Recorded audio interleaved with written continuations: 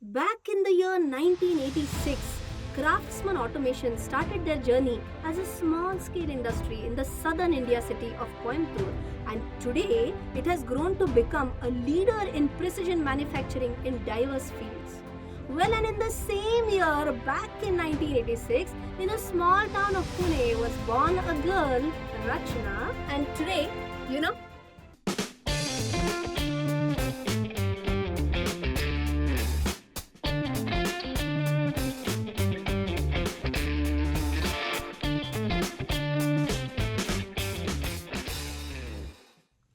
Hey folks, CA Rachna Ranade here and I welcome you all to another brand new IPO video analysis, and the company name is Craftsman Automation.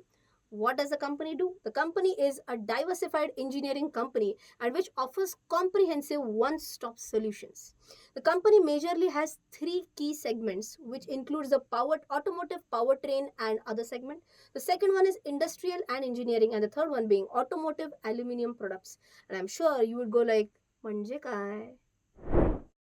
So, as usual, let's move on to one of our favorite parts, which is understanding the business. The very first one of the business segment is automotive powertrain and others. So, if I'm talking about what is this powertrain, in simple words, I'll tell you, it's nothing but you can imagine something like this, that the power is mainly generated in the engine, right?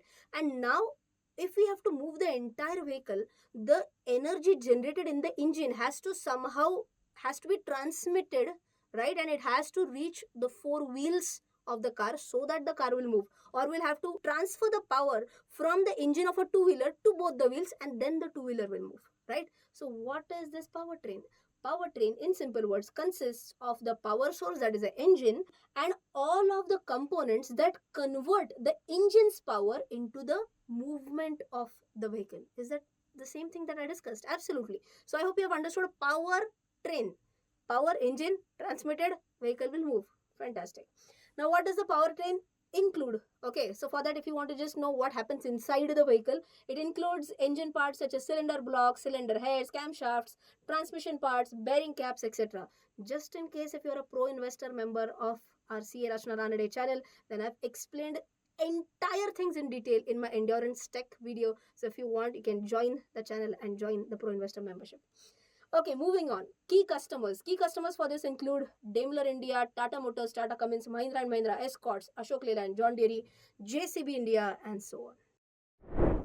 So now let's move on to the second part, which is automotive aluminum products. What does the company do? Company has a lot of processes which include high pressure die casting, low pressure die casting, gravity die casting. You would be like, what? So in simple words, just have a look at this. Company has different processes. Number one, high pressure die casting, out of which it makes these types of aluminum products.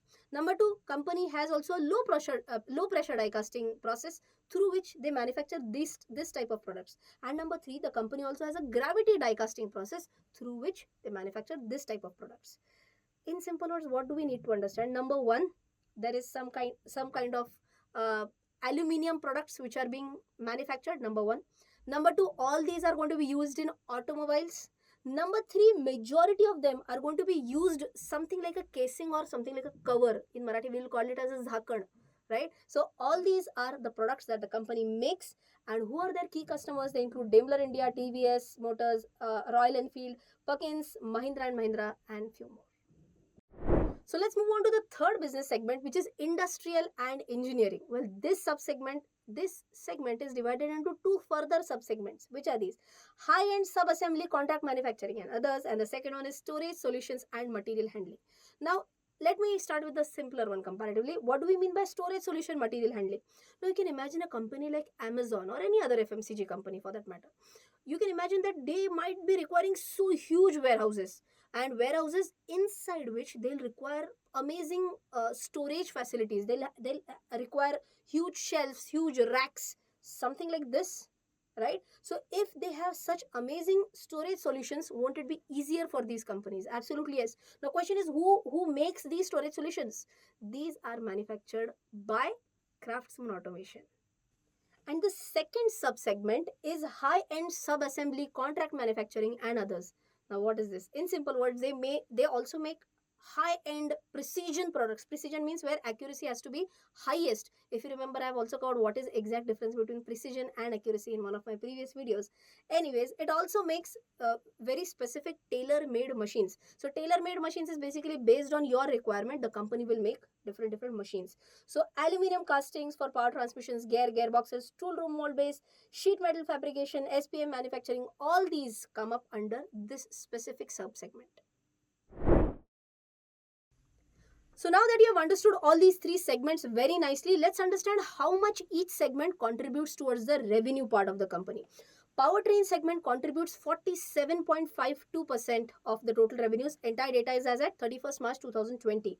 Automotive aluminum products contribute 17.27% of the total revenues, while industrial and engineering contributes 35.21% of the company's revenues. But then you can understand that the first two put together itself goes beyond 60%, and that's how you can understand how much this company is directly related to the entire auto industry as a whole.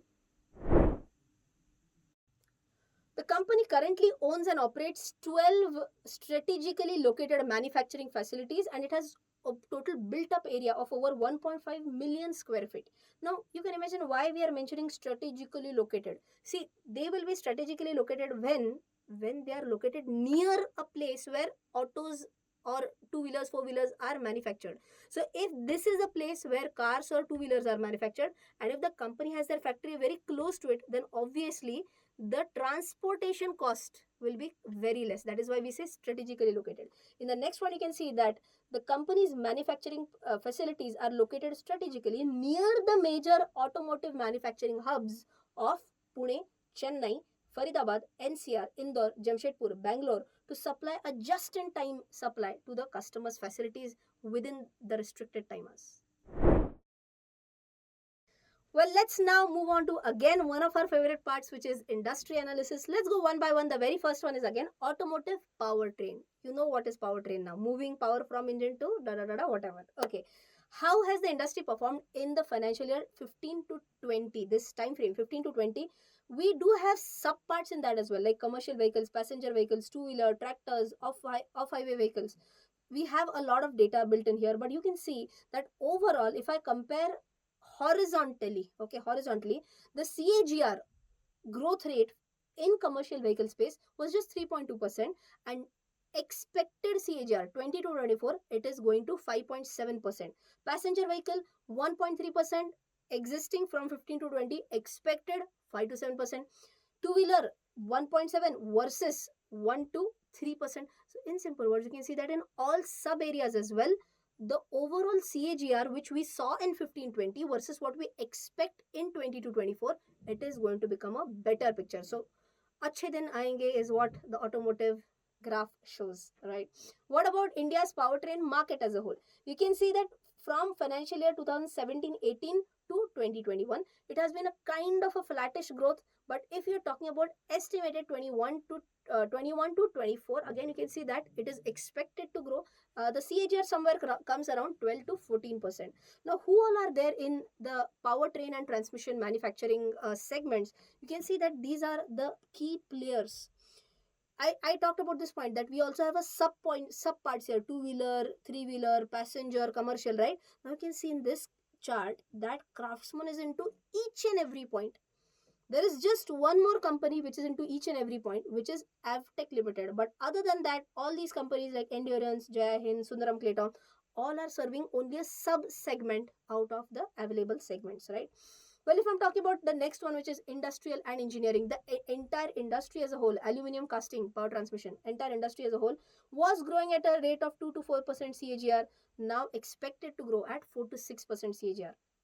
If I'm talking about industrial and engineering, when I'm talking about that racks, warehousing, you remember that shelves and pallets and all that, it was growing at 14 to 16% CAGR, now expected to grow at 19 to 21% CAGR. Even if I'm talking about the domestic gearbox and gear market, overall non-automotive industry point, CAGR was 4 to 8%, 4.8%, and now expected to grow at 5 to 6%. So all in all, I hope you have understood that this entire industry to which this company pertains to, it had a comparatively lower CAGR till date, last 3-4 years, And in all key aspects, the overall CAGR is expected to be better in the coming few years.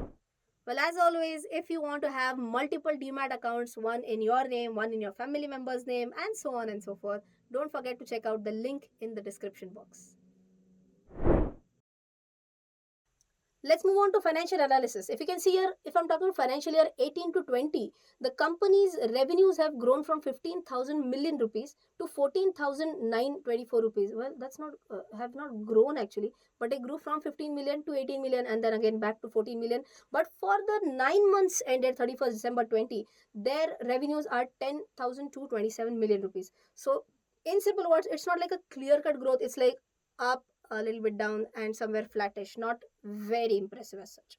If you're talking about the breakup of sale of products versus sale of services, you can see that it's almost a 3:1 ratio for the financial year ended 20, and the same is the case with 9 months ended December 31st 2020.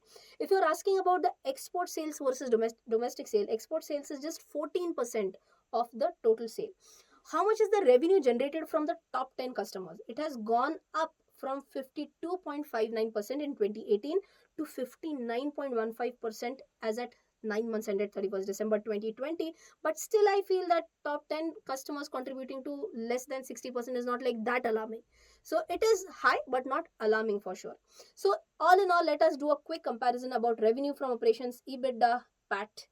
All in all, you can see that revenue from operations doesn't show a stellar CAGR. It's normal 0.63% CAGR, which is like very flattish growth in revenues. If I talk about EBITDA margins, they are fair enough, 15.42% CAGR in EBITDA. If I talk about PAT also has also grown at a 14.13% CAGR. But again, if you compare 19 and 20, there has been a big drop in PAT. Debt to equity is okay, it's 1.4:1, so nothing to worry about. So now let's understand about the valuation of the entity as compared to peers as well. So here you can see that if I check out the revenue column, revenue the as compared to the peers, this company is not even amongst the first five. If I compare even return on net worth, still it is not even in the first five. Then where does it score? If I talk about NAV, which is net asset value per share, it has the highest NAV amongst its peers. And if I talk about P to B, price to book value, it is the lowest amongst its peers, right? So revenue and net worth, if I compare these two parameters, it's not even in the top five. But if I compare NAV, it is the highest, P to BV, lowest. Now, how is the PE? If you check industries, highest in the industry is 181 ka PE, lowest in the industry is 17 ka PE, average is 72.76, and the company's PE works out to 73, which is they have just taken it like an average of the industry. But all in all, I feel valuation wise, it doesn't seem to be very pricey. But if you're asking me the fundamentals, I'm not like super happy about it as of now. Let's start with the IPO details. The company's IPO opens on 15th of March, closes on 17th of March. Is going to get listed on BSE as well as NSE. It's a combination of a fresh issue as well as offer for sale.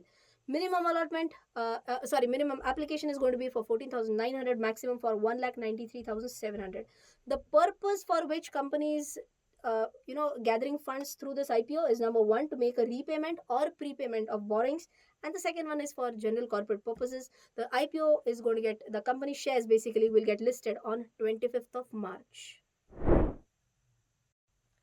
Let's also understand the shareholding pattern. Who is the selling shareholder or who are the selling shareholders, because this is an OFS. I hope you have already known the difference between fresh issue and OFS. Whenever I say OFS, it's that the company's existing shareholders are going to sell their shares. Okay, so if you check out this chart, you can see that 63.40% is the promoter and promoter group holding before the IPO, and post issue it's going to come down to 59.76%. Who is the selling shareholder? It's Srinivasan Ravi, who is the promoter, chairman, and MD of the company. Along with him, Marina 3, Singapore PTE, IFC, and K. Gomatheshwaran are going to be the selling shareholders. 16th March 11 a.m. is going to be like a triple dhamaka. Why? Because I'm going to talk about 3 IPOs, whether I'm going to apply or not, which is Anupam Rasayan, Craftsman Automation, as well as Lakshmi Organics. all three companies, whether I'm going to apply or not. Plus, I'm also going to give a rating.